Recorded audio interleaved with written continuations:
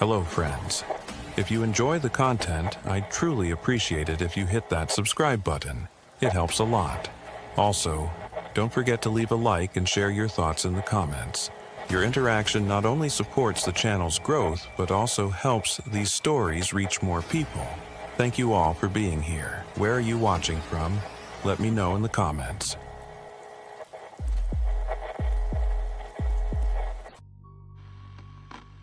When I was a kid, everyone on our street treated Mr. Whitaker like a grandfather. He was in his late 70s, thin as a rail with white hair that never seemed to stay combed, and he wore the same pair of brown suspenders every day. He lived alone after his wife passed, but he always waved, always had peppermints in his pocket for the kids, and always offered to help push your trash can back up the driveway after collection day. To us, he was harmless, sweet even. My mom used to bake him pies on holidays. My dad helped shovel his walk in the winter. Nobody ever had a bad word to say about him. He had this big old chest freezer in his garage, one of those heavy white ones with the thick lid. I remember seeing it once when I helped him carry groceries. It hummed loudly, louder than any freezer I'd ever heard, but I didn't think much of it at the time. Then he started offering meat. It was subtle at first. "I bought too much chicken," he'd say, handing my mom a plastic-wrapped package. Or, "I've got more ground beef than I'll ever eat. Would you like some?"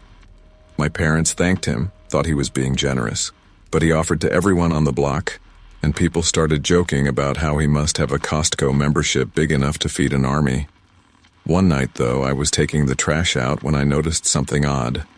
The freezer lid was open, just a few inches, but enough to let out a curl of frosty air into the warm night. Mr. Whitaker was inside the garage, fumbling with something on the shelf, his back to me. I saw packages stacked inside, meat wrapped in butcher paper. But there was something else, too. A small strip of fabric caught in the seal of the lid, dark red against the white. I stood there too long. He turned, saw me staring. His face didn't change, but he shuffled over quickly, pushing the lid down hard until it sealed with a thud. "Cold night for it, isn't it?" he said with that grandfatherly smile. Then he shut the garage door. I told myself it was nothing, but after that I started watching more closely. The meat he gave us always tasted off. My mom said freezer burn. My dad said cheap cuts. But to me, it tasted metallic, heavy. And the more I thought about it, the more I realized no one had ever seen him buy this meat. Nobody saw him at the grocery store. He never carried shopping bags, never had boxes delivered. The freezer just always stayed full. A month later, our neighbor's dog went missing. Rusty, a golden retriever that used to bark at everything. His owners put up flyers, knocked on doors, searched the woods behind the neighborhood. Nothing. Days passed, and everyone assumed he'd gotten hit by a car or run off. But that same week, Mr. Whitaker started offering pork chops. I didn't eat them. By then I was obsessed. I made excuses to linger outside at night watching his garage. Sometimes I'd hear the freezer lid slam shut around midnight like he was rushing to hide something. Once I saw him drag a heavy black trash bag from his trunk, strain to lift it, and dump it straight into the freezer before shutting the lid. The bag sagged oddly, like whatever was inside had limbs. I wanted to tell my parents, but how do you say that about the man who handed out candy to every kid at Halloween? They'd laughed me out of the room. The night everything shifted, I was walking home from a friend's house. It was late, around 11:30. I cut through our block, quiet except for the buzz of a single streetlight. Mr. Whitaker's garage door was wide open. The freezer lid was propped up, and he wasn't around. I should have kept walking. Every part of me knew I should, but I stepped closer, my sneakers crunching the gravel. I told myself I just wanted to prove I was wrong, that it really was bulk meat from Costco. When I reached the freezer, the humming filled my ears. Frost clung to the edges. I gripped the lid and pulled it open further. The first thing I saw was meat wrapped in paper, stacked in neat bricks. But between them, something pale jutted out. Skin, not butcher paper. It was a hand. Small, feminine, frozen stiff, the nails still painted chipped pink. A silver ring clung to one finger. I stumbled back, my stomach heaving. My elbow clipped the shelf and a jar shattered on the floor. That's when I heard it. Footsteps shuffling behind me. "Curiosity's a dangerous thing," Mr. Whitaker said softly. His voice wasn't kind this time. It was flat, cold. I turned. He was standing in the doorway, silhouetted by the porch light behind him, his suspenders slack on his shoulders. He didn't look like a harmless old man anymore. He looked like someone who had just caught me trespassing in a place I was never meant to see. And the worst part? He wasn't surprised. He was smiling. I froze where I stood. The hum of the freezer filled the silence, louder than my heartbeat, louder than anything. Mr. Whitaker's shadow stretched long across the garage floor. He didn't move closer, not at first.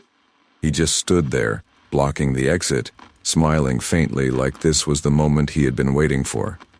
"You shouldn't go poking around in an old man's business," he said finally, his voice steady, too calm.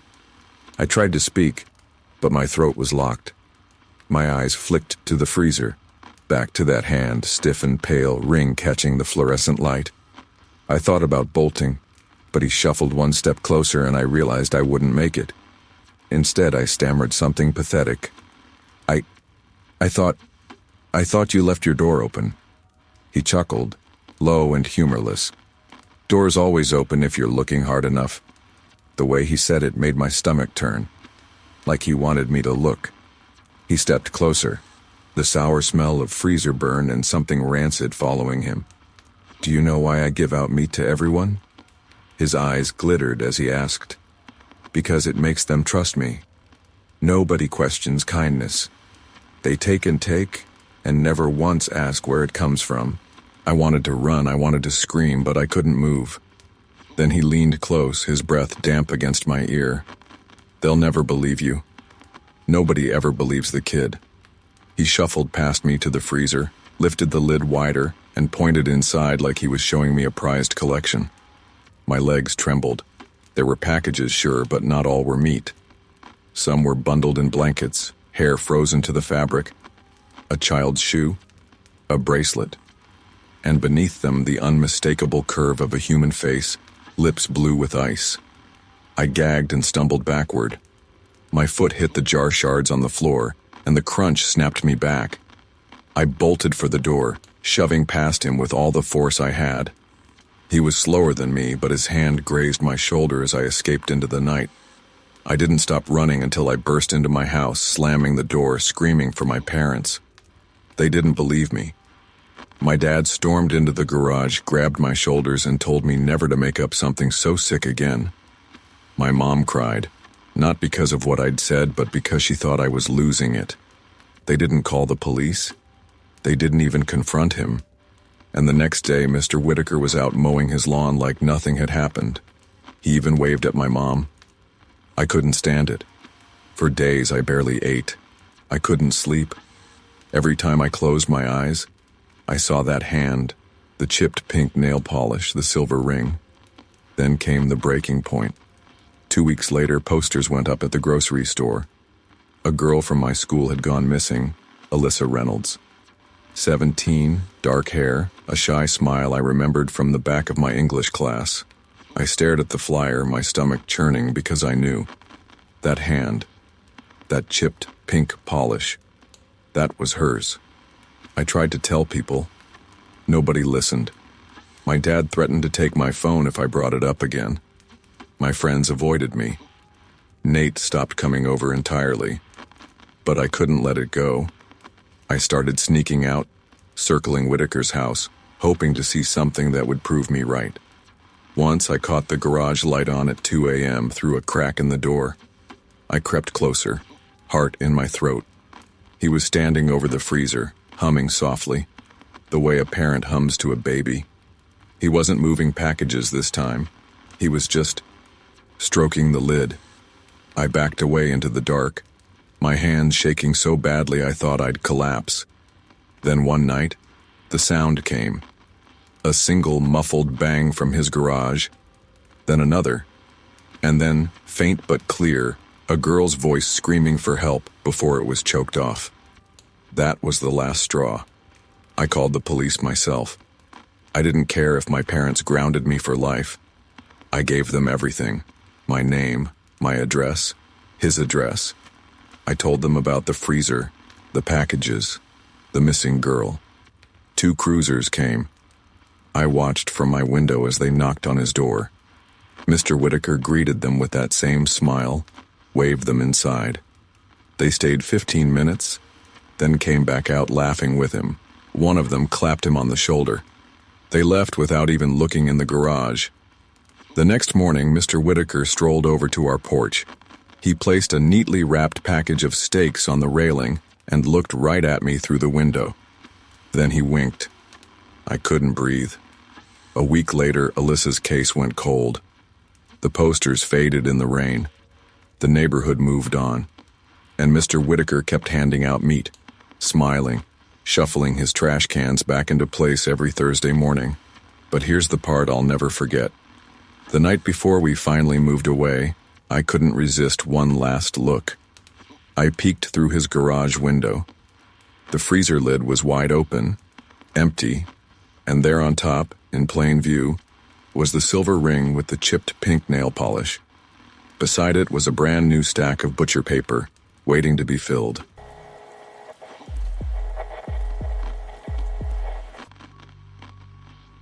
The summer the Rileys moved in next door, my mom said our street finally felt alive again. For years it had just been the same quiet families, people who waved when they got the mail and maybe borrowed a cup of sugar once in a while, but mostly kept to themselves. Then one Saturday morning, a moving truck backed into the driveway of the empty house beside ours, and suddenly, there they were. The picture of an all-American family. There was Mr. Riley, tall, broad-shouldered, the type who carried 3 boxes at once without breaking a sweat. His wife Claire smiled politely at everyone and wore floral dresses even on hot days. And then there was their son, Evan. Evan looked about my age, 13 or maybe 14. He was skinny, pale, with a mop of brown hair that always seemed to fall into his eyes. While his parents chatted with neighbors, Evan just stood there clutching a backpack, like he didn't quite belong to the scene. At first, I tried to be friendly. When I walked past, I waved. Sometimes he waved back, but never with a smile. It was like he was following orders. My mom baked them a pie that week, and when we brought it over, Claire thanked us profusely, all smiles and soft words. Mr. Riley shook my dad's hand like he was sealing a business deal. But Evan? He stayed half hidden behind his mom, eyes darting around like he was waiting for something to happen. I told myself he was just shy. The first time I noticed something was off was at school. Evan ended up in a couple of my classes. He didn't talk, didn't joke, didn't even eat lunch with anyone. He sat at the far corner of the cafeteria, staring at his tray but barely touching it. When a teacher called on him, he froze like a deer in headlights, his answers clipped and nervous. One afternoon when we were packing up, I noticed the sleeve of his hoodie slip down. There was a mark on his wrist, dark, ugly, like a bruise. He yanked the sleeve back down so fast it was like he thought showing it was a crime.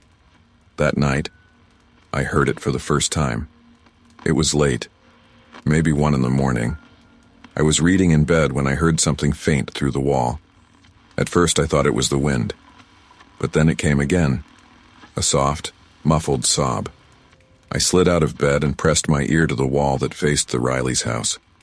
The sound grew clearer, crying, a boy's voice, and then another sound, harsh, sharp, a man's voice, low but furious.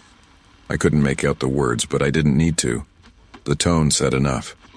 There was a crash, then silence. I sat frozen, every hair on my body standing on end. I wanted to believe it was the TV, but deep down, I knew better. The next morning, over breakfast, I told my parents. My mom frowned but shook her head. It's not our place to judge. Every family has arguments. My dad muttered, "Keep your nose out of it. You don't want to start trouble." But once you've heard something like that, You can't pretend you didn't. The sounds didn't stop. Every few nights, sometimes twice a week, I'd wake up to muffled voices.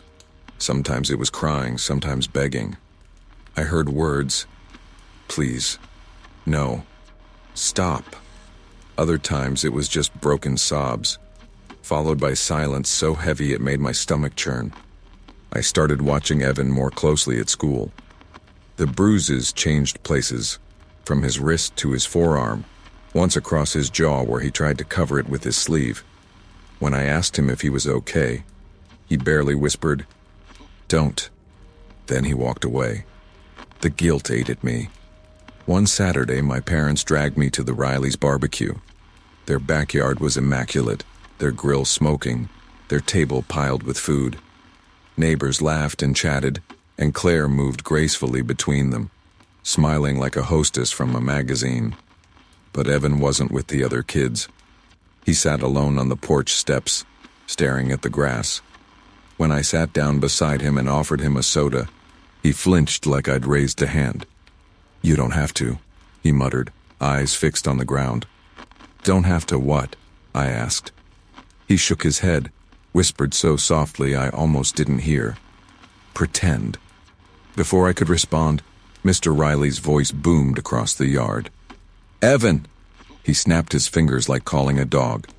Evan jumped up, nearly spilling the soda, and hurried inside without a word.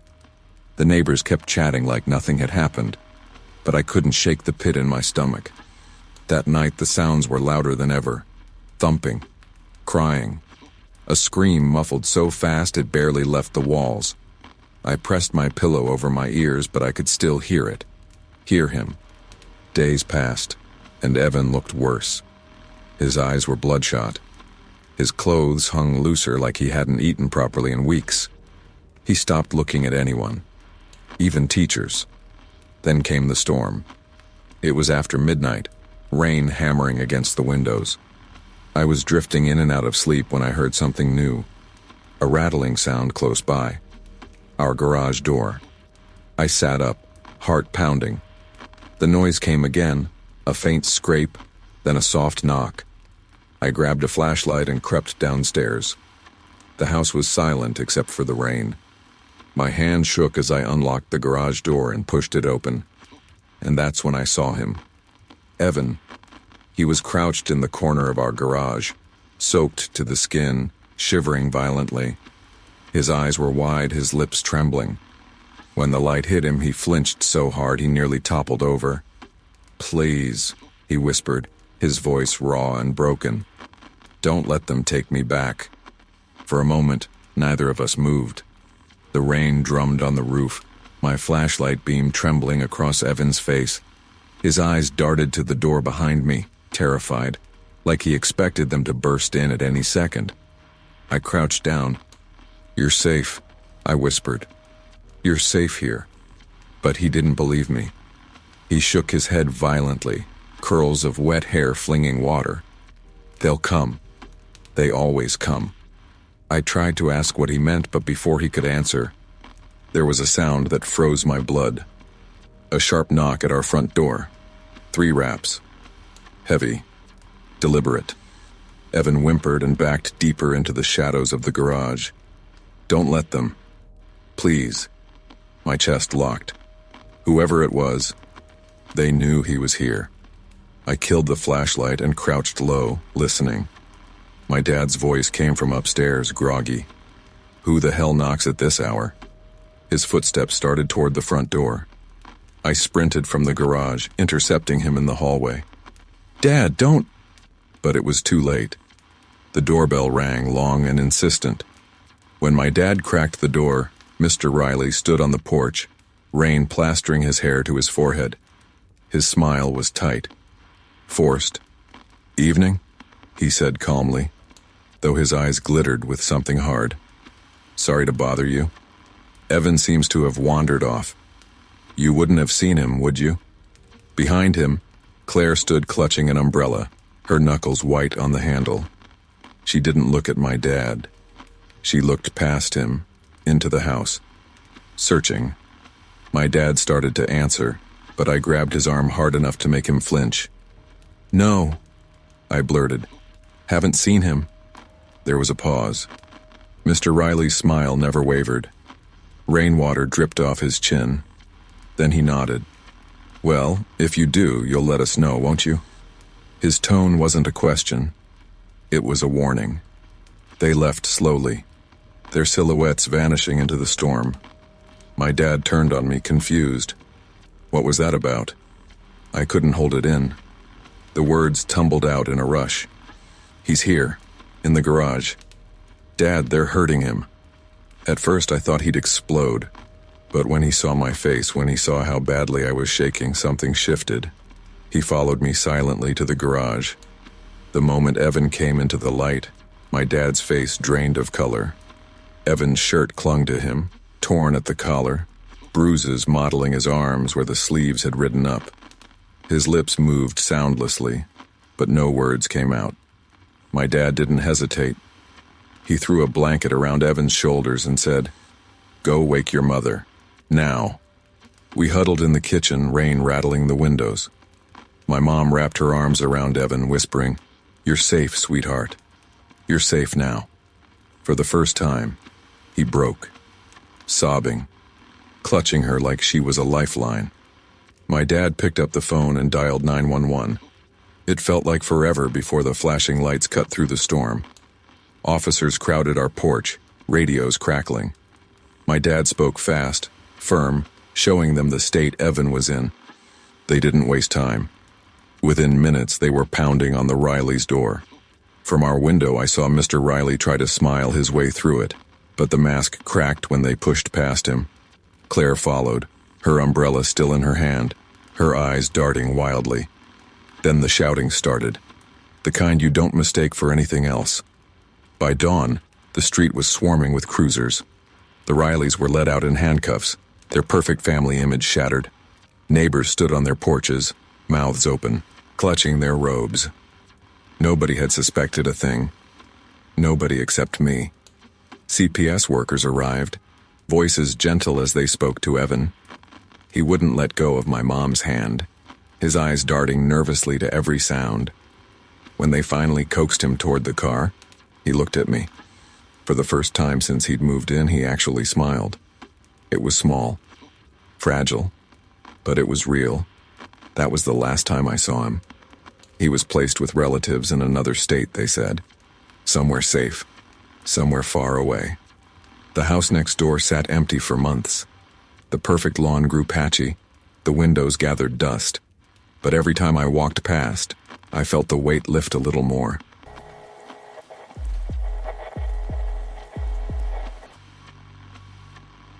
When Mr. Daniels moved into our neighborhood, every parent breathed a sigh of relief. He was the kind of dad people wished every street had. The one who fixed broken bikes, grilled burgers at block parties, and volunteered to coach Little League even when he didn't have the time. Most importantly, he offered rides. Our town didn't have the best bus routes, and parents were always juggling work schedules. So when Mr. Daniels cheerfully said, "I can swing by and grab the kids on my way to school," no problem at all. People practically thanked him like he was doing charity. By the second week, it became routine. Every morning, his big black SUV would roll down the street, kids piling in with backpacks slung half asleep and clutching juice boxes. My parents thought it was great. Reliable, safe, saves us gas, my mom said, smiling out the window as I joined the others. At first I thought so too. Mr. Daniels was friendly, joking around with us as he drove. He asked about tests, games, what music we liked. He always had gum or snacks in the glove compartment. "See?" my dad said. "That's a good man, salt of the earth." But after a while, I started noticing things. The first time was after practice. My friend Tyler usually rode home with Mr. Daniels. One night, he didn't show up to school the next morning. Everyone assumed he'd stayed home sick, but when I asked him about it the next day, he looked confused. "I didn't get home till late," he said softly, avoiding my eyes. "It was a long night." I thought he meant homework, or maybe his parents kept him out somewhere.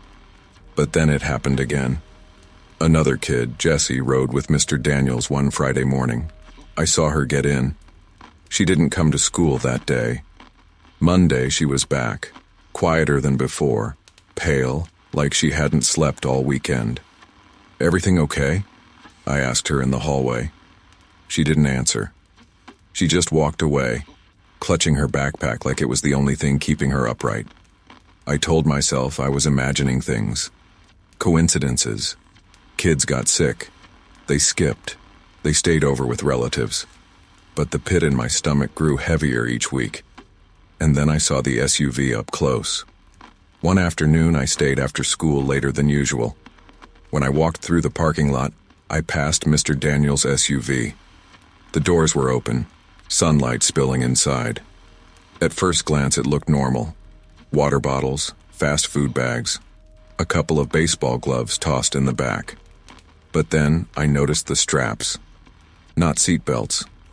Not the kind that came with the car.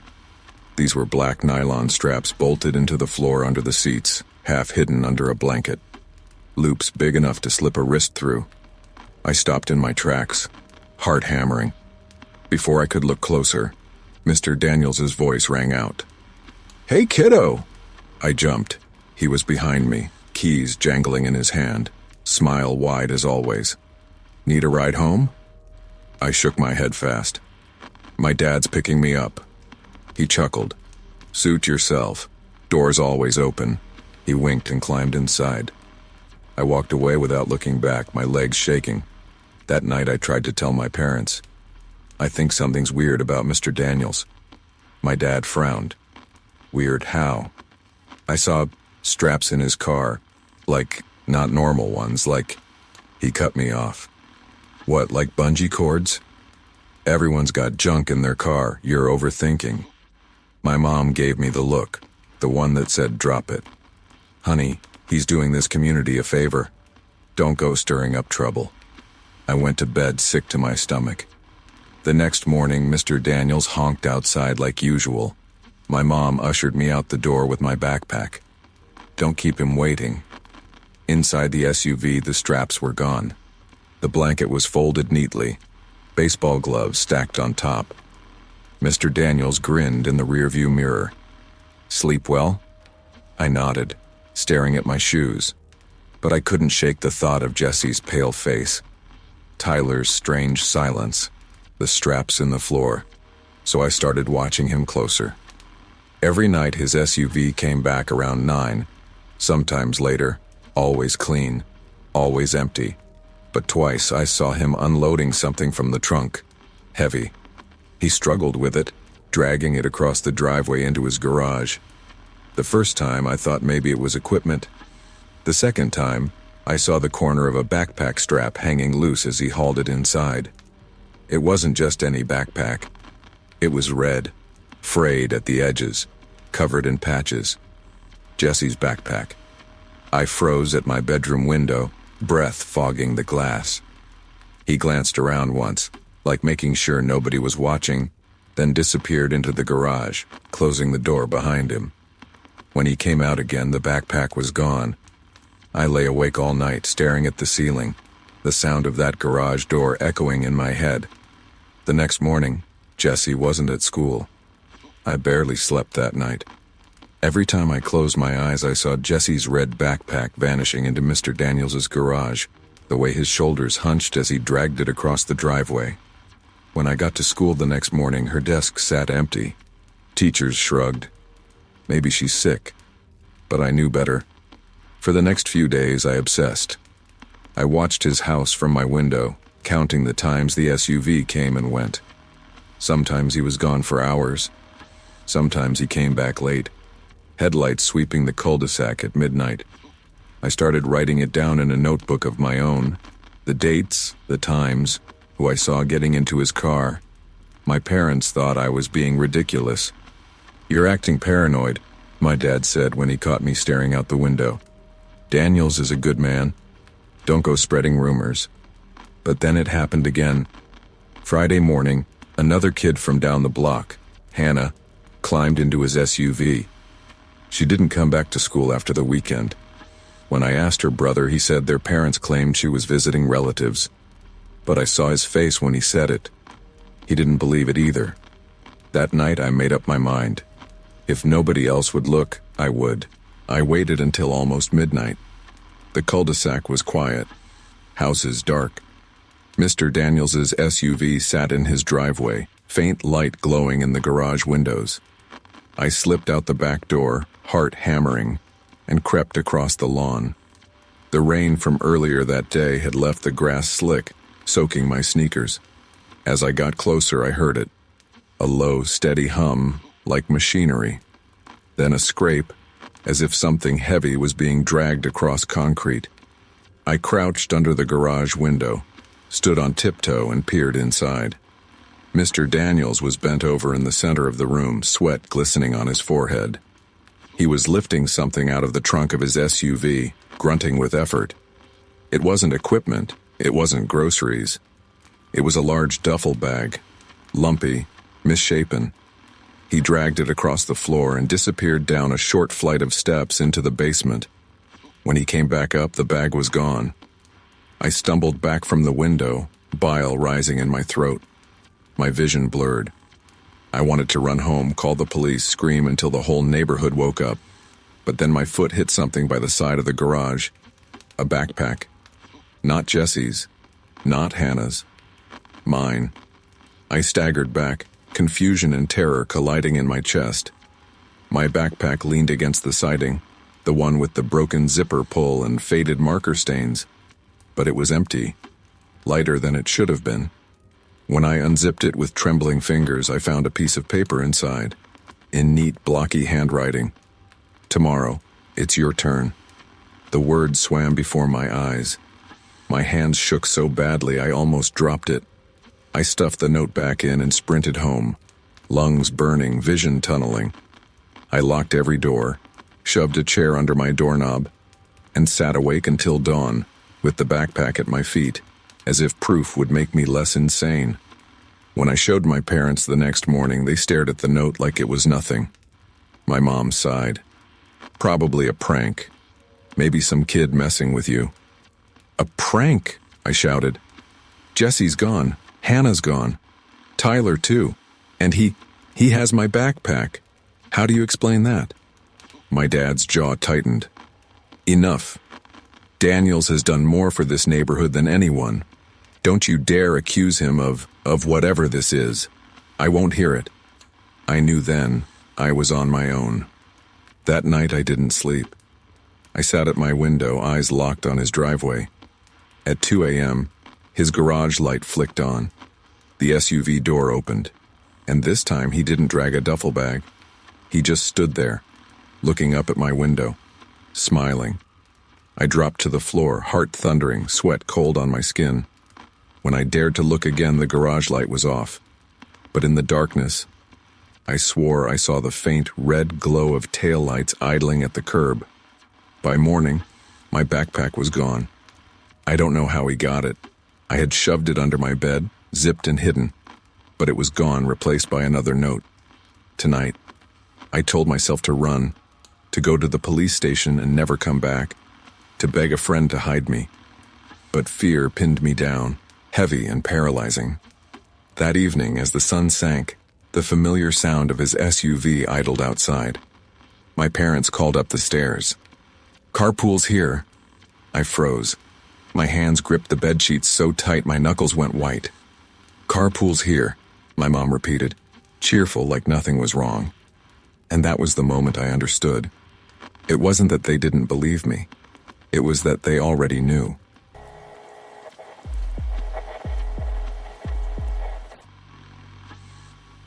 When I was 14, my family lived in a neighborhood outside Dayton, Ohio. It wasn't a bad place to grow up. Just another line of middle-class houses built in the 70s, maple trees shading the sidewalks, kids throwing basketballs at bent rims in their driveways. Everyone knew everyone well enough to wave, but not well enough to actually step inside each other's homes. Our street had cookouts in the summer and block-wide garage sales in the spring.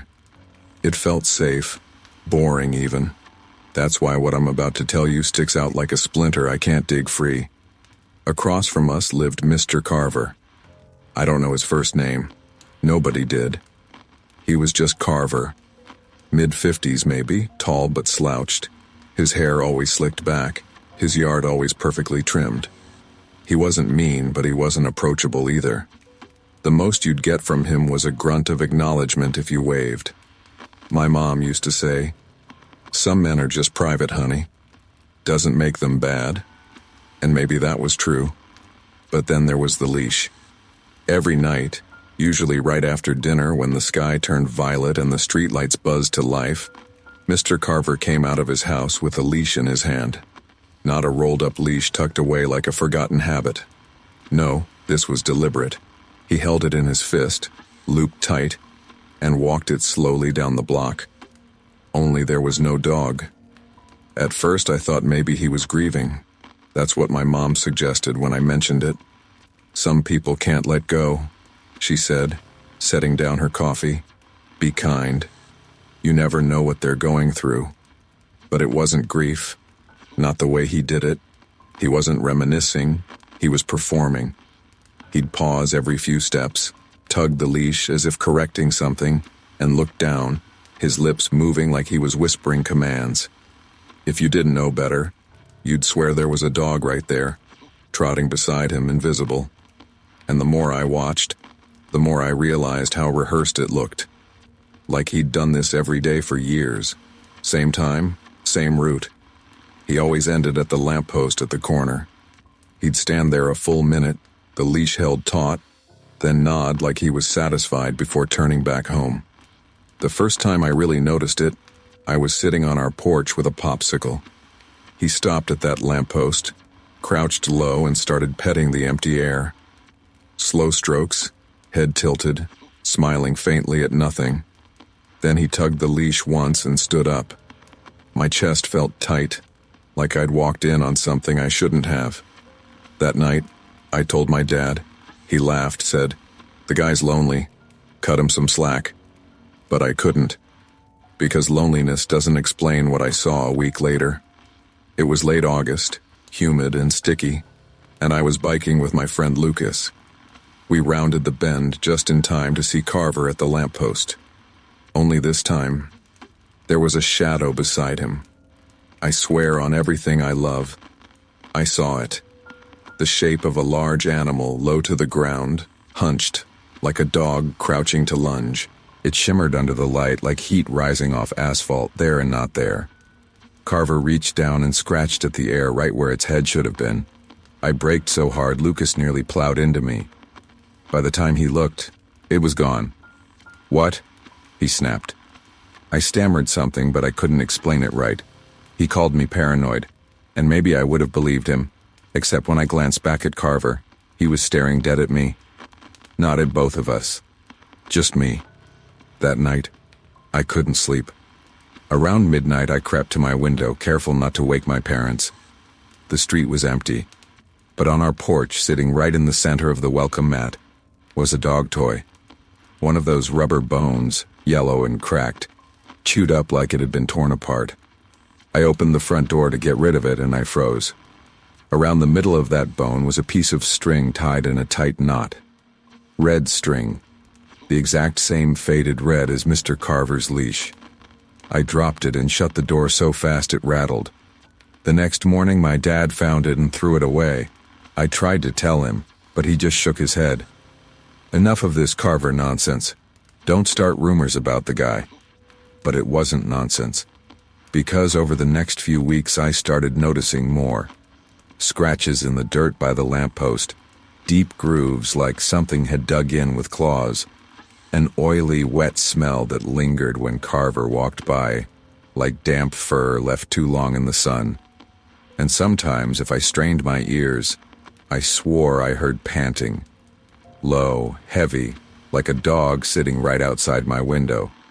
One night, I woke up to a noise so strange it still makes me sick thinking about it. A click, a metallic snap, over and over. I knew that sound. It was the clasp of a leash, being toyed with, flicked open and shut. I crept to the window. My breath fogged the glass as I pulled back the curtain just an inch, and my blood froze. Mr. Carver was standing at the end of our driveway. his face tilted up at my window. The leash was in his hand, pulled tight, like something was straining at the end of it. His lips moved, whispering fast, and then his free hand reached out, stroking the air at his side. But the grass was bending, flattening in long, heavy prints, like something massive was pacing just inches from him. I swear I heard it growl. Deep. Wrong. And then Carver's head snapped, right at me. I ducked down so fast I cracked my shoulder on the wall. My pulse was hammering in my throat. I didn't look again until I was sure he was gone. When I woke the next morning, I thought maybe I'd dreamed it. But then I saw the marks on the siding beneath my window. 4 deep gouges dragged downward. Wood splintered like it had been raked by claws. That was the night I stopped telling myself Mr. Carver was just lonely. The claw marks under my window stayed there for weeks. My dad said they were probably from a raccoon, or maybe a kid messing around. But I knew better. Raccoons don't leave scratches nearly half an inch deep, and no kid on our street carried claws that long. Every time I looked at them, my stomach flipped. I tried ignoring Carver, but ignoring him didn't make him go away. He still walked every night with that leash.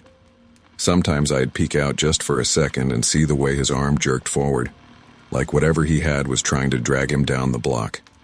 He'd scold it in a sharp whisper and then laugh quietly to himself, like he enjoyed fighting with it. The more I avoided him, the bolder he got.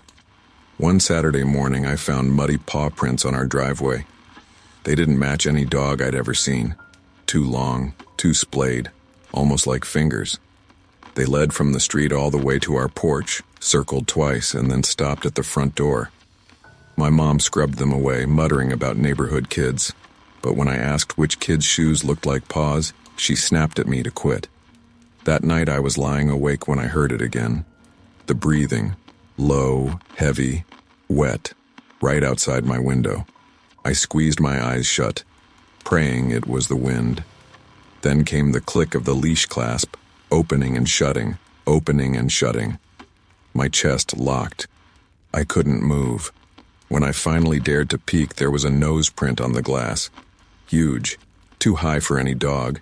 I scrambled backward across my bed, heart hammering, but when I blinked again, it was gone.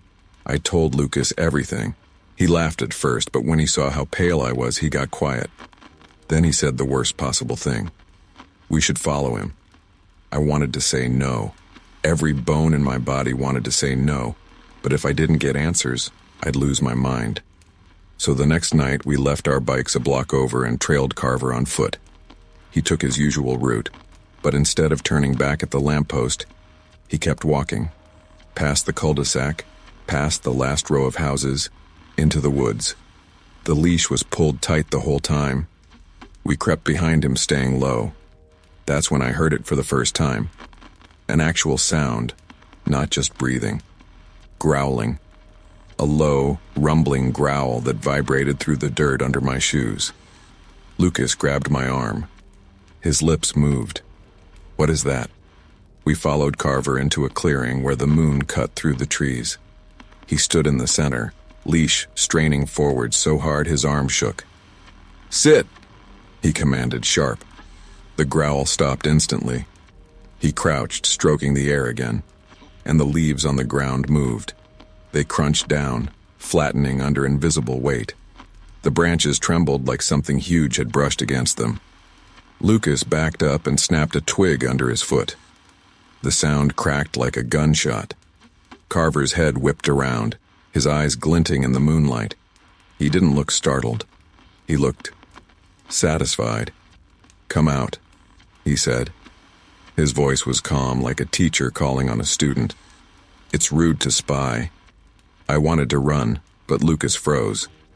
Carver tugged the leash once, sharp, and the ground between us rippled, like paws digging in, sprinting forward. We bolted. Branches clawed at my face as we tore through the woods. Behind us, I heard claws raking dirt, snapping sticks, the crash of something barreling after us. Lucas screamed. We burst out of the trees and didn't stop until we were on our bikes, pedaling so hard my thighs burned. I didn't look back until we were blocks away, and there he was, Carver, standing under the lamppost again, just standing, the leash dangling loose, smiling faintly. After that, I didn't sleep. Nights were the worst. Every creak of the house, every gust of wind against the siding, I thought it was him. One night I woke to the sound of nails tapping against my window. Slow, deliberate, tap, tap, tap. I lay there frozen until it stopped. The next morning there were scratches etched into the glass. My parents thought I was cracking under stress.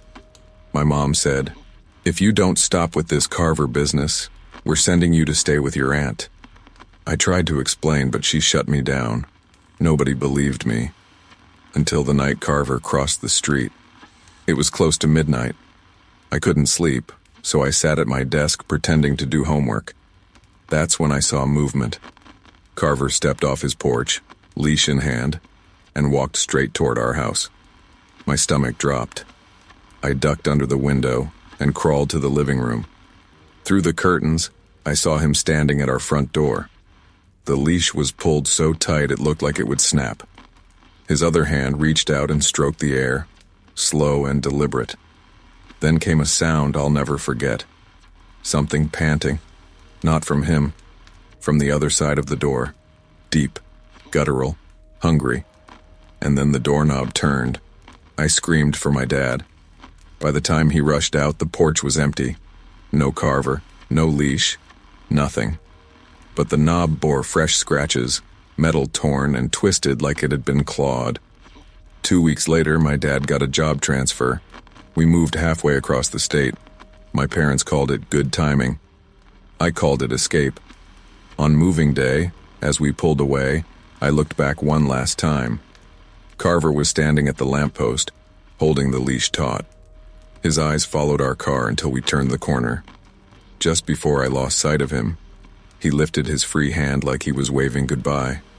I haven't seen him since. But sometimes, late at night, when the neighborhood is quiet and the house is still, I hear it again.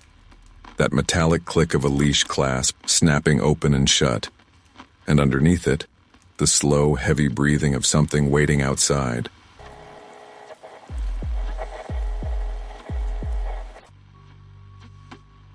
Our neighborhood had always been quiet.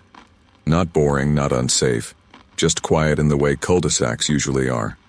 Kids rode bikes, parents waved from porches, sprinklers ticked in the evenings. It was normal. Until Mr. Halpern took over the HOA. He was elected in some half-hearted vote most people didn't even show up for. Nobody cared much at the time. He seemed polite enough, a retiree with wire-rimmed glasses and neatly parted gray hair, the kind of man who pruned his hedges with scissors. At first it seemed like he was just thorough. He sent letters reminding people to mow their lawns, keep their trash cans out of sight, repaint fences if the paint chipped. Annoying, sure, but nothing out of the ordinary. My dad grumbled but paid the fines. But then the rules started multiplying. By spring, there were curfews, no outdoor lights after 10 p.m., no cars parked on the street overnight. Then noise restrictions, no music louder than a whisper after 8:30. By summer, people were being cited for things that weren't even in the handbook. A wreath the wrong shade of red, curtains that clashed with neighborhood uniformity. The strangest part? Nobody fought him. People complained, muttered behind closed doors, but they always complied. Fines got paid, violations got corrected. If anyone resisted, their house would suddenly go dark, curtains drawn, driveway empty, like they'd moved away overnight. That was the first thing that unsettled me. Nobody ever saw those families leave. No moving trucks, no garage sales, just gone. I asked my mom once if she'd noticed. She told me not to gossip. People move all the time, she said. It's not our business. But I started keeping a list. The Robinsons, the Velasquez family, the Millers, all moved within 6 months. Too many for one small street. And always after Halpern had targeted them. The first time I saw him up close was when he came to our house. It was 11 p.m. on a Tuesday. I was up late doing homework when there was a knock at the door. My dad answered, confused, wearing his robe. There stood Mr. Halpern, clipboard in hand, smiling politely. "Your recycling bin is 3 inches too close to the sidewalk," he said softly. "That's a violation." My dad laughed, thinking it was a joke. 3 inches? Are you serious? Halpern's smile didn't waver. "All rules are serious, Mr. Jameson. The neighborhood functions only if every household is consistent." He made my dad sign a citation right there on the porch. Then he wished him a good night and walked away, clipboard tucked under his arm. The next morning, the Robinsons' house 2 doors down was empty. That was the moment I realized something was wrong. I started noticing how often he walked the neighborhood. Morning, afternoon, night. Always with the clipboard, always smiling faintly. He never waved. He just watched.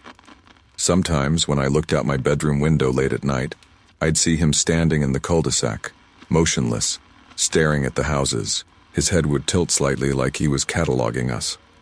One Saturday, I biked past his house. His blinds were open. I slowed down, curious. Inside, I saw stacks of folders piled high on his dining table. Each one was labeled with a family name in neat block letters. Before I could look closer, he appeared at the window, staring at me, smiling. I pedaled home so fast I nearly crashed. That night, I told my parents again that something was wrong with him. My mom hushed me. My dad snapped, "You don't understand how communities work. He's keeping order. Without rules, neighborhoods fall apart." I wanted to scream. At what cost? 2 weeks later, the Hendersons vanished. That was when I decided to find out for myself. I waited until after midnight when the cul-de-sac was silent. Halpern's house sat at the end, his blinds drawn, porch light glowing. I crept across the lawn, my notebook of names clutched in my hand. The window I'd seen before was dark but unlocked. My heart thundered as I pushed it open and slipped inside. The smell hit me first. Paper, dust, something chemical like disinfectant. The dining table was just as I remembered, covered in files. I opened the top one. Inside were photos. The Robinsons, smiling in their front yard. Notes in tidy handwriting. Violation, holiday lights after curfew. Fine unpaid, escalated. The next page, their schedule. Work hours, grocery days, what time their kids got home from school. Every detail of their lives. The last page was stamped in red. Removed. I dropped it, shaking, and grabbed another folder. The Velasquez family. Same thing. Schedules, notes. A final red stamp. Removed. I flipped through file after file, my stomach lurching. Every moved-away family was here, cataloged, documented, erased. Then I saw it. A file with my family's name. Jameson. I opened it with trembling hands. Inside were photos of our house. My dad mowing the lawn, my mom unloading groceries. Me, walking home from school with my backpack slung. Notes in the same neat handwriting. Bin placement 3 inches too close. Noise violation, television audible after 9:15. Lawn inconsistent with guidelines. The last page wasn't stamped. Not yet. At the bottom, in black ink, was a single word. Tomorrow. It burned in my head like it had been branded there. For a moment, I stood frozen in Mr. Halpern's dining room, surrounded by stacks of families who'd moved away. I wanted to grab the folder, run, shove it in my parents' hands and make them see. But my hands were trembling so badly I dropped it. The sound echoed too loud in the quiet house. Footsteps creaked upstairs. I bolted for the window, heart pounding, scrambling back across the lawn. I didn't stop until I was in my own room, the blinds drawn, chest heaving like I'd run a marathon. The next morning, the world looked the same. Birds chirped, sprinklers hissed, kids biked down the street. But every smile, every wave felt wrong. Staged. At breakfast, I tried to tell my parents. My voice shook as I told them about the files, the photos, the word removed stamped across page after page. My dad's jaw tightened. My mom's hands trembled as she stirred her coffee. Finally, my dad said quietly, "We don't talk about Halpern. That's how you stay safe." Safe. That word clanged in my skull. Safe from what? Safe from him? That night I couldn't sit still. I kept staring at the clock, counting the hours until midnight, until tomorrow, until whatever removed meant. At exactly 11:45, a knock rattled our front door, 3 times. Steady. My parents didn't move. My dad sat rigid in his chair, staring at the wall. My mom's knuckles whitened around her coffee mug. The knock came again, louder. I crept to the window and peeked through the blinds. Mr. Halpern stood on our porch, clipboard in one hand, flashlight in the other. His smile looked carved into his face. "Jameson's," he called softly. "It's time for inspection." My knees buckled. He knew. He always knew. The door clicked open before I could stop it. My dad had unlocked it. He didn't argue, didn't resist. He just stepped aside as Mr. Halpern walked in. "Living room," Halpern said calmly, jotting notes on his clipboard. Furniture placement inconsistent with community guidelines. He moved through the house like an appraiser, his eyes scanning every corner, his pen scratching steadily. In the kitchen, he noted the dishes in the sink. Non-compliant. In the hallway, he pointed at a crooked picture frame. Non-compliant. Every word was a death sentence. Finally, he stopped in front of me. His pale eyes locked on mine. He smiled wider. "Noise disturbance," he said softly. "Unreported entry into restricted property." I couldn't breathe.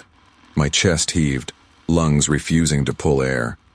Halpern snapped his clipboard shut. "Effective immediately. Removal." The lights in the house flickered and went out. Through the window, I saw silhouettes moving in the cul-de-sac.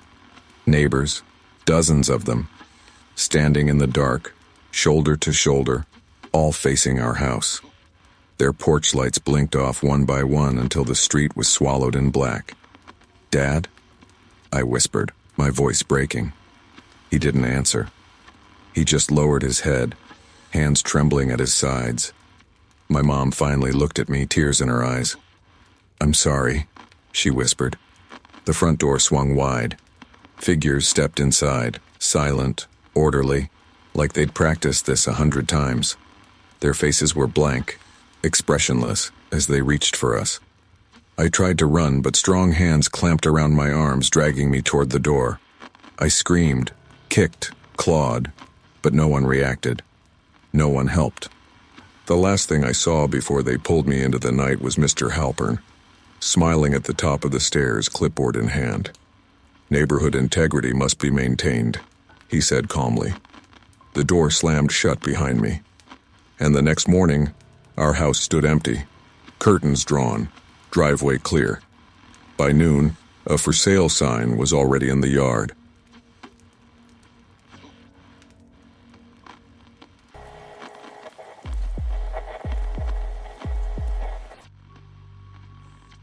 The first time I noticed it, I thought I was dreaming. It was 3 a.m. when a sharp square of white light spilled across my ceiling. At first, I assumed my dad had left our porch light on, but when I pulled back my blinds, I realized it wasn't our house, it was the Prestons' garage next door. The Prestons weren't exactly friends of ours. Mr. Preston kept to himself, tinkering with his tools, and Mrs. Preston smiled politely if you waved, but that was about it. They were the kind of neighbors you could live next to for years without ever knowing their first names. That night, though, Mr. Preston wasn't tinkering. He wasn't even moving.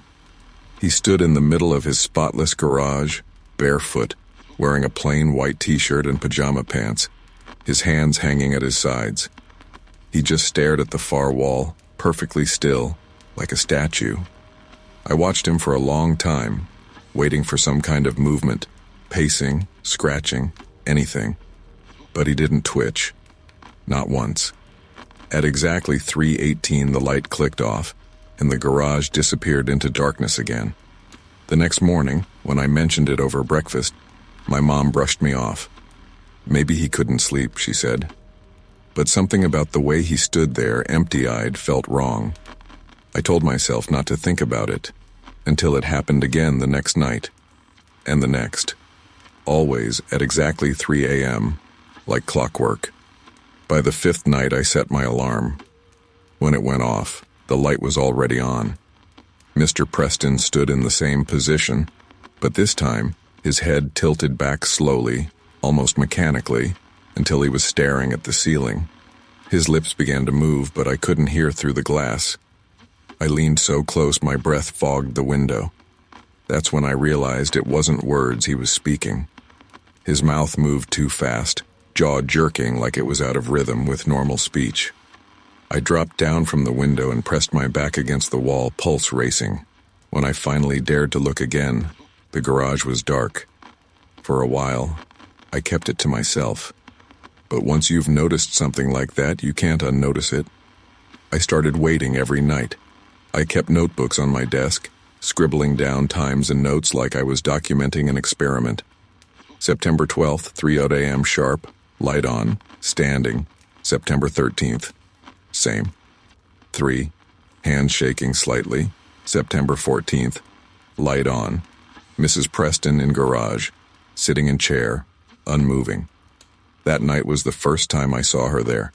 She sat perfectly still in a dining chair, placed dead center on the polished garage floor.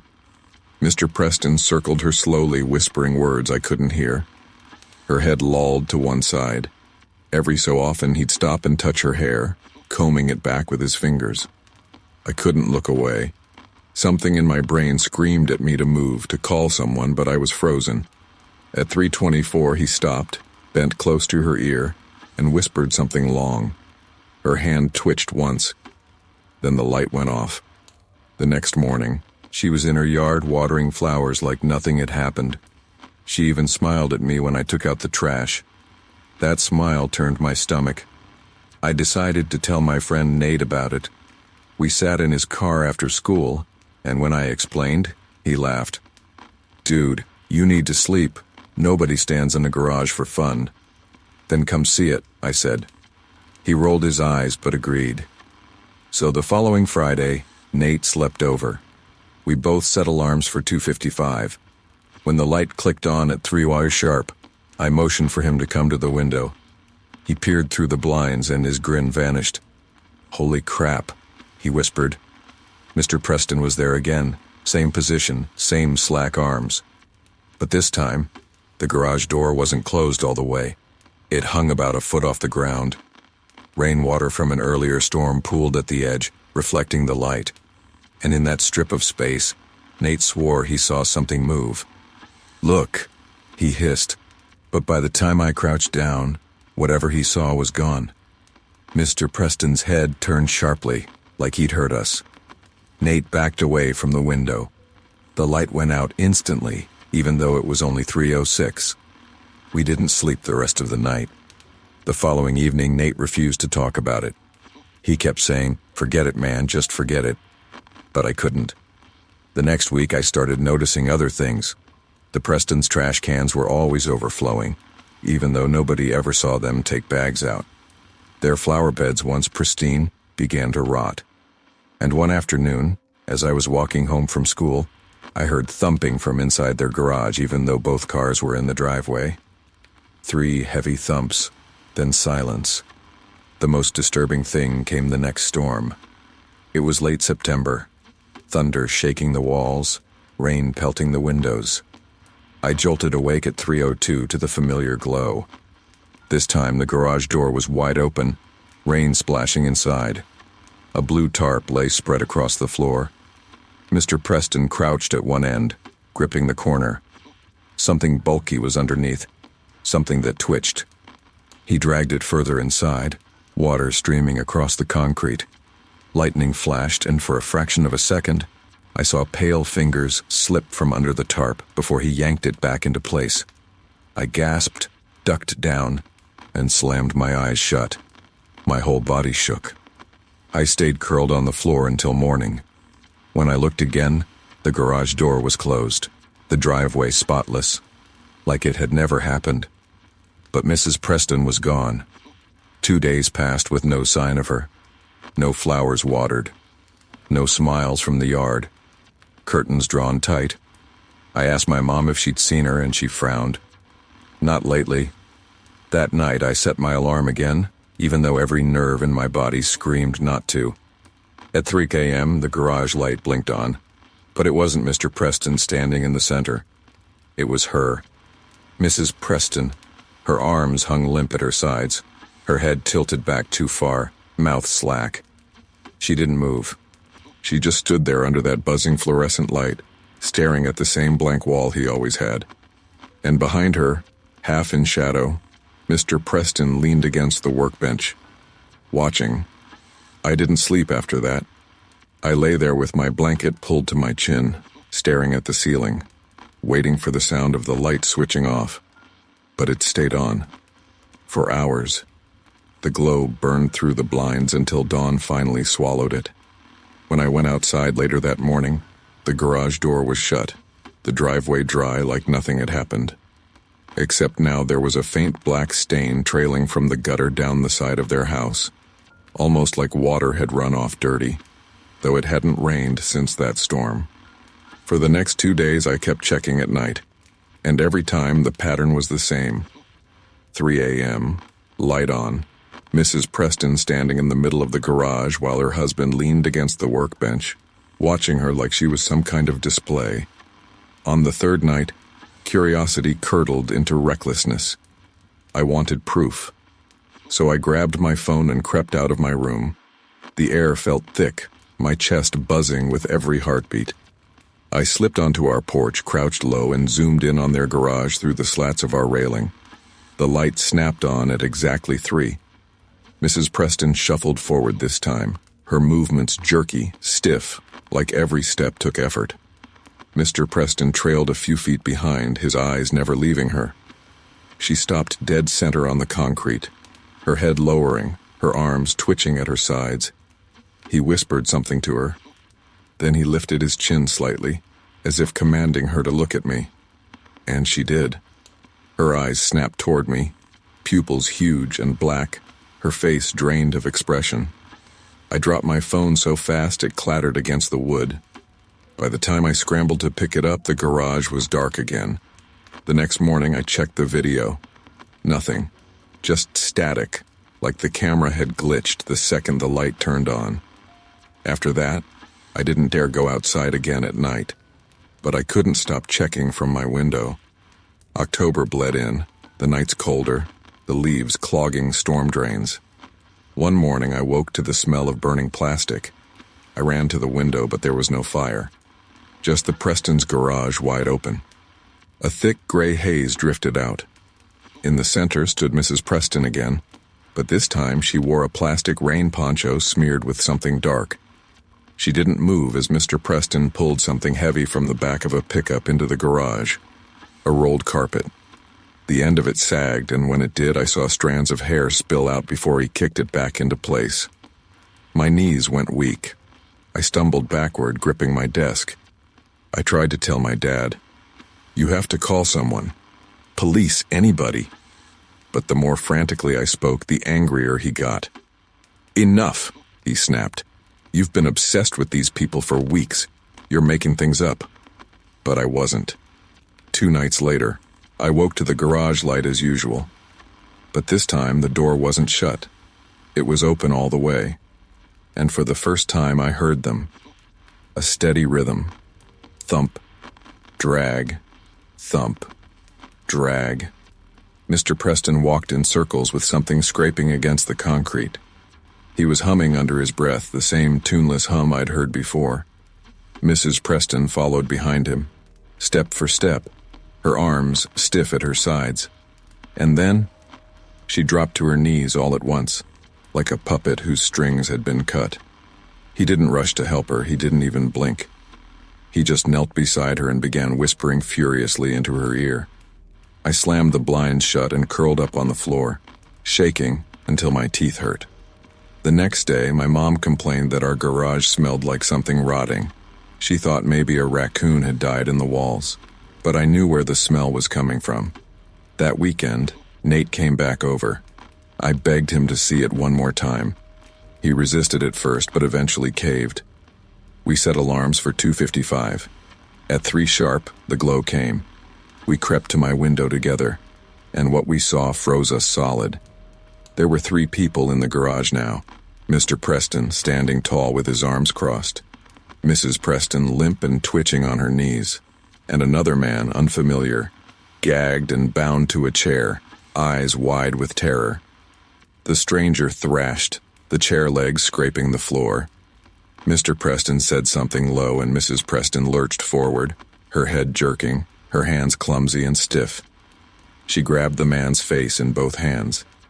He screamed into the gag, muffled and panicked. She pressed her forehead against his, trembling. Then she let out a sound I'll never forget, a wet guttural moan, and collapsed sideways. The man thrashed harder, tipping the chair. Mr. Preston sighed, walked over, and lifted the chair upright with one hand.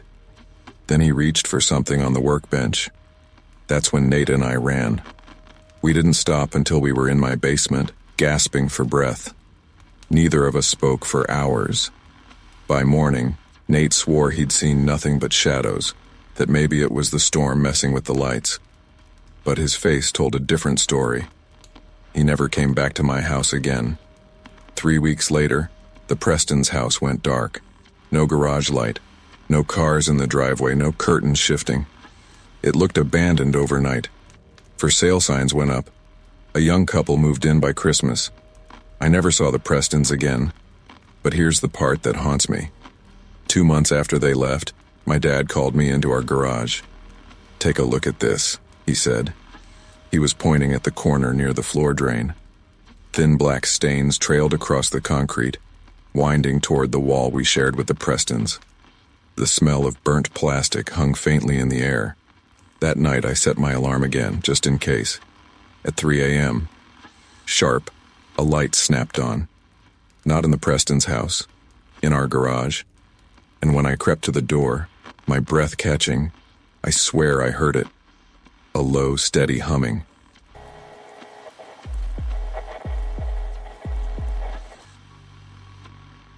When the Callahans moved in next door, the whole block treated it like a holiday.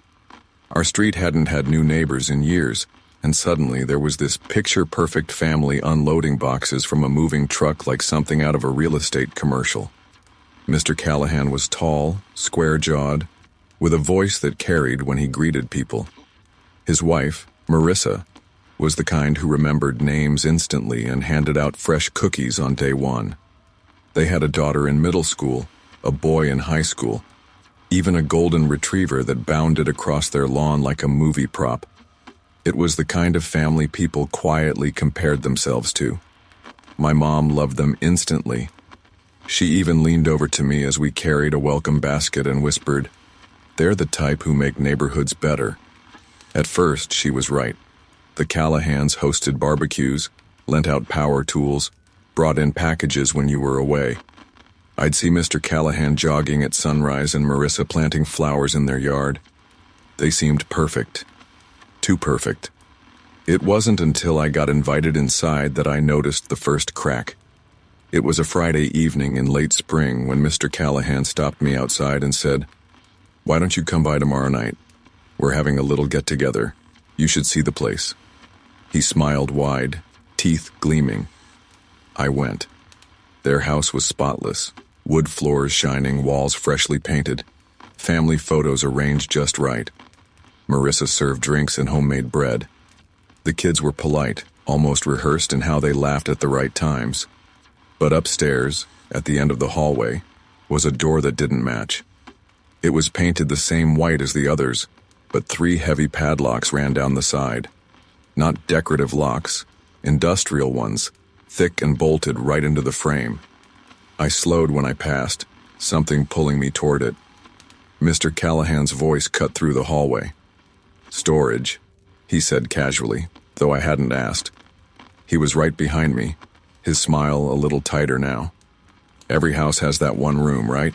Ours just needs a little extra security." I nodded, embarrassed, and hurried back to the living room. But the image of that door burned in my mind all night. The next week, I started noticing sounds. At first, I thought it was their dog. A low thump, sometimes a scraping, sometimes a muffled bump like furniture shifting. But when I asked Marissa about it one afternoon, she said the dog slept downstairs. Her eyes flicked toward the staircase when she said it, like she wanted to end the conversation quickly. Then came the night I couldn't ignore it. It was past midnight when I woke to faint noises.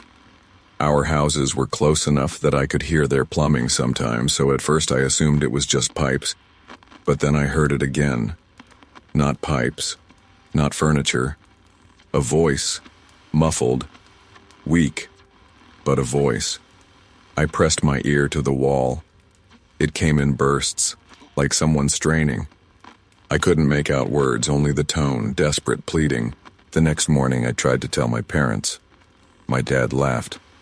Walls are thin, probably their TV. My mom agreed. Don't let your imagination run away. But I knew the difference between a TV and a person. I started timing it. The noises came at night, always after midnight, sometimes lasting 10 minutes, sometimes an hour. Thumping, dragging, faint cries that faded into silence. One night I sat at my desk with my window cracked open, listening. Around 1 a.m., I heard it clear as day, a voice whispering, hoarse and broken. I leaned forward, straining to catch it. Help. Just one word. But it was enough to turn my blood cold. The next morning I ran into their son while taking out the trash. I asked casually, "So, what's upstairs in your house, the locked room?" He froze. His eyes darted to mine for half a second, then away. "Nothing," he muttered before walking off fast. His trash bag split a little as he dragged it, and something clattered out. A bracelet. Old, rusted, with beads spelling a name I didn't recognize. He didn't notice it fall. I picked it up. The clasp was broken, like it had been yanked off. That night, the noises were worse. The muffled cries were sharper, louder. I swear I heard fists pounding the wall. I sat frozen in my chair, staring at that side of the house, unable to move. At 2 a.m., the pounding stopped. And then, clear as a bell through the wall, "Is someone there?" I clapped my hand over my mouth. I didn't answer, but every instinct in me screamed that whoever was behind that door knew I was listening. The next day I told myself I'd never bring it up again, that I'd let it go, that I'd mind my own business. But late that evening, Marissa knocked on our door. She smiled politely, holding a plate of cookies. Her hands shook slightly, just enough for me to notice. When she handed me the plate, I saw her wrist, bruised yellow and purple under the sleeve. And when our eyes met, hers were wet. Just for a second, she looked at me like she wanted to say something, like she wanted me to know. Then she smiled again, bright and practiced. "Enjoy." I closed the door, the plate trembling in my hands, and realized I couldn't pretend anymore. There was something in that locked room, and it was alive.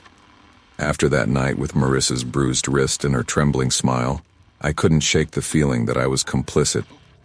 Every time I heard the noises, I told myself to stay out of it. Every time I passed their house, I reminded myself it wasn't my problem. But that look she gave me, the kind that begged silently, made it impossible. I started walking past their house more often, slowing down just enough to listen. In daylight, it seemed normal. Kids' bikes in the driveway, the dog barking at squirrels, Marissa tending her flowers. But at night, the facade cracked. The locked room noises were louder now. The muffled cries sometimes formed words. "Please, don't. Help me." One night, I grabbed my phone and pressed it to the wall, recording. The pounding came through clearly, followed by a voice rasping, "He won't let me out." I replayed it a dozen times, my skin crawling. It was no hallucination. The next day, I showed it to my best friend, Nate. He shook his head. "Could be anything. TV. Old pipes. Old pipes don't say, 'Help me,' I snapped. He stared at me for a long time, then said, "If you're right, you need proof. Something nobody can explain away." That night, I got my proof. It was raining hard, the kind of storm that drowned out everything. But even over the thunder, I heard it, screaming. Not muffled this time, raw, terrified. It shook through the walls like it was right in my room.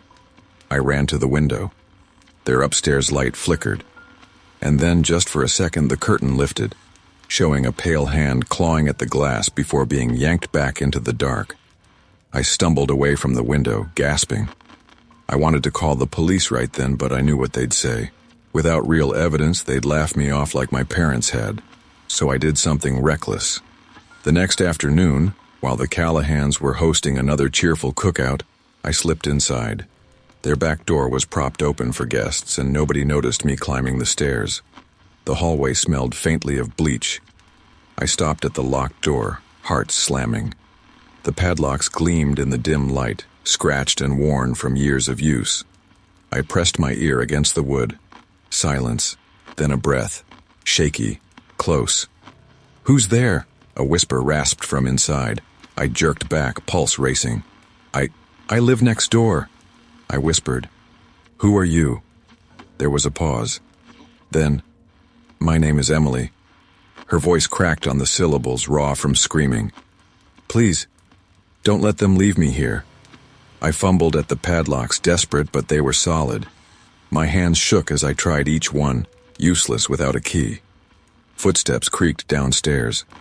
Laughter floated up from the party. I had to leave. I whispered through the door, "I'll come back. I promise." I slipped out before anyone saw me, but the sound of her voice haunted me all night. The next few days I could barely function. I skipped meals, stared at my walls, listened for her voice. Every night I heard it. Softer now, weaker. "Please." Finally, I couldn't take it anymore. I told my parents everything. My dad slammed his fist on the table. "Enough. You're obsessed. You're making up stories." I begged them to listen, to at least check the door. My mom cried. My dad threatened to ground me if I brought it up again. I realized then, if I didn't do something myself, Emily was going to die in that room.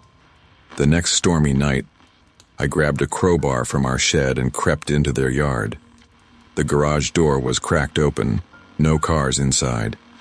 I slipped through, shoes squeaking on the wet floor.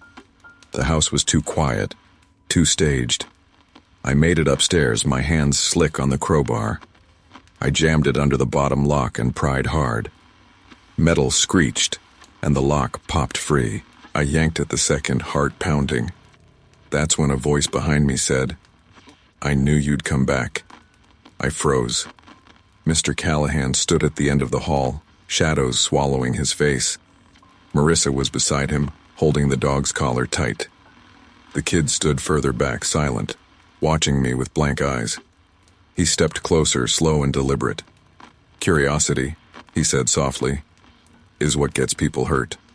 The crowbar slipped from my hand. My chest locked. I bolted, shoving past him, sprinting down the stairs out the back into the storm. I didn't stop until I collapsed in my own yard, drenched and shaking. The next morning, the locks were gone.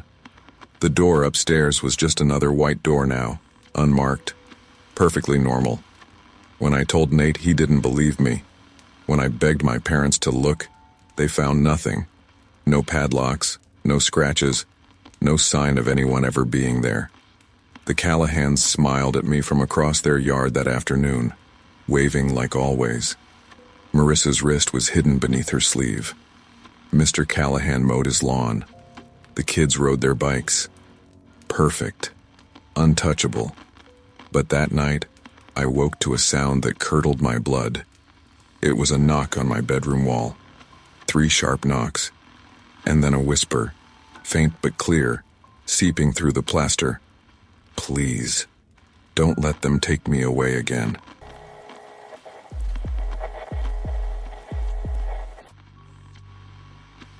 When Marcus moved into the duplex next door, everyone called him the perfect tenant. He showed up with a moving van on a Wednesday afternoon, unloaded his boxes in neat stacks, and introduced himself to everyone he passed. He wasn't loud or overbearing, just present, always with that wide smile, the kind that put people at ease. My parents liked him immediately. "Finally, a decent neighbor," my dad said, shaking his hand across the driveway. "Someone who actually says hello." I wanted to like him too. He looked normal enough, early 30s, short brown hair, crisp button-ups even on weekends. He reminded me of the kind of guy who'd sell you insurance, the sort of person you forget the second you look away. But that was the problem. He seemed too normal, too polished. The first time he unnerved me, I was taking out the trash. He was dragging his own bin down the driveway and smiled when he saw me. "Late night ramen again?" he said. I stopped dead. I hadn't told him what I'd eaten. I hadn't even taken the container outside yet. I forced a laugh. "Yeah, guess my house smells like noodles." "Guess so," he said, still smiling, before wheeling his bin away. I told myself he was just making a lucky guess. But the coincidences kept stacking up. A week later, I was on the phone in my room, venting to my best friend about how stressed I was for an upcoming exam. No one else in my family knew about it. I hadn't even mentioned it at dinner. The next morning, Marcus passed me in the driveway. "Don't worry about that test," he said casually, like it was small talk. "You'll do great." I froze. He winked and walked on. That was when I realized the walls in the duplex were thinner than I thought. But this wasn't just muffled voices through drywall. He repeated my words back exactly, tone and all. He wasn't overhearing. He was listening. After that, I started noticing noises at night. Little things.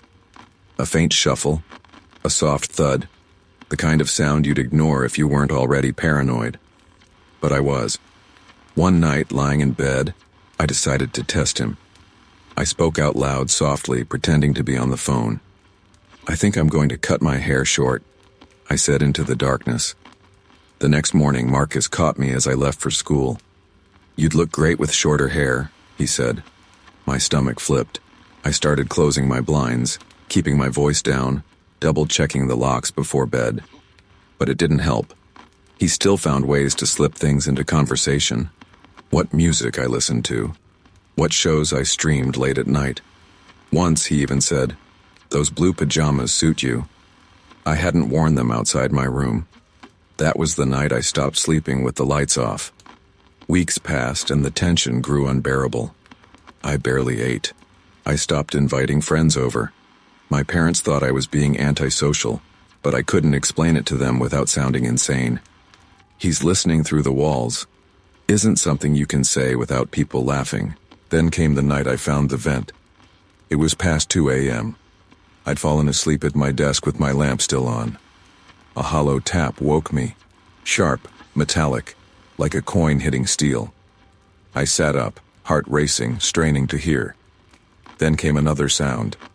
A crack, faint but deliberate. It was coming from my closet. I grabbed my phone, switched on the flashlight, and slid the closet door open. The smell hit first.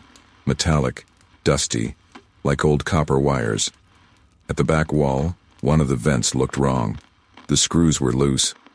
The grate bent outward just slightly, like someone had pried it open and put it back again. My pulse thundered in my ears. I crouched down, shining the light through the slats. On the other side wasn't just a vent shaft. It was hollow space. The drywall had been cut away, widened, enough for a person to crawl through. And inside were things that didn't belong. Crumpled candy wrappers, tissues, and a spiral notebook with a frayed cover. My stomach twisted as I reached through the gap and pulled it out. The first page stopped my breath cold. Day 1, she leaves her window open when she sleeps. Day 2, she bites her nails when she's nervous. Day 3, she hums songs when she brushes her teeth. Page after page of it. Logs of my life. What time I came home. What I ate. What I wore. Little sketches in the margins. My backpack, my sneakers, the lamp on my desk. And worse. Word-for-word transcripts of things I'd said in private late at night. when I thought I was alone. My vision blurred. I dropped the notebook like it was burning my skin. And that's when I heard it. A sound inside the vent. Not pipes, not the house settling. A soft, deliberate shift. I raised the light. The beam flickered across the slats, and in that split second, something moved. A shadow pulling back into the hollow. The smell of aftershave drifted out. His aftershave. And then, close against the metal, a whisper so soft I barely caught it. "You weren't supposed to find that." I stumbled back from the closet, the whisper echoing in my ears. My phone nearly slipped from my hand, light bouncing across the walls as I backed into my desk. My mouth went dry. I wanted to scream, but no sound came out. The vent stayed still. Silent. I slammed the closet door shut and pressed my back against it, chest heaving. My brain screamed at me to tell someone, anyone, but when I pictured my parents' faces, I saw the disbelief already forming. "It's just a vent. You imagined it." That's what they'd say. I slept with the lights on that night. I didn't really sleep at all. By morning, I had convinced myself to be brave. I'd show my parents the notebook. I'd shove it in their hands and make them see. But when I opened the closet again, it was gone. The grate was back in place, screwed in tight, no gap in the drywall. The wrappers were gone. The notebook was gone, like it had never existed. My knees buckled. I searched every inch of the closet, every shelf, under my bed, even the laundry hamper. Nothing. When I tried to explain to my mom, she gave me the look I dreaded, half concerned, half annoyed. "You've been stressed, probably dreamed it. Please don't work yourself up. Dreams don't leave candy wrappers. Dreams don't whisper back." That night I locked my door. Still the noises came. Scrapes in the walls. A faint creak, like someone shifting their weight in a cramped space. Sometimes I swore I could hear breathing, so close it made my skin crawl. Marcus still smiled at me in the driveway like nothing was wrong, like we shared a secret. Once he even said, "Sleep well?" And my stomach flipped. I started staying out later, lingering at friends' houses, riding the bus around just to avoid going home. But I couldn't avoid it forever. Every night ended in the same place. My room, my closet, that vent. And then came the night I saw him. It was past midnight. My lamp was off, but I was wide awake, staring at the ceiling. The silence pressed down heavy, broken only by the faint tick of my clock. Then the closet door creaked. I froze. I hadn't opened it. I hadn't heard anyone come in. My hand fumbled for my phone, fingers shaking. I raised the screen just enough to cast a glow across the room. The closet door stood open a few inches. The vent grate hung loose. And in the gap, just barely visible, an eye stared back at me. I dropped the phone, heart slamming against my ribs. When I grabbed it again, the vent was closed. Silent. The next morning, I told myself I'd had enough. I marched straight to the landlord and demanded he check the walls. He looked confused but humored me, even came inside with a screwdriver. He unscrewed the vent and shined a flashlight inside. "Empty," he said, shrugging. "No crawl space, just insulation." But I saw the way he frowned, like something didn't add up. Still, nothing was there. No wrappers, no notebook, no gap. I wanted to scream. The landlord left, muttering that maybe I should get some rest. That night, I pushed my dresser in front of the closet. It made the room cramped, but at least I could breathe without staring at that vent. 2 nights later, I woke to a sound that made my blood run cold. The scrape of wood against wood. I sat up, holding my breath. The dresser was shifting, inch by inch, scraping across the floor. I lunged, bracing my weight against it. My whole body shook as I held it in place. Something pressed from the other side, steady, deliberate. Not frantic, patient.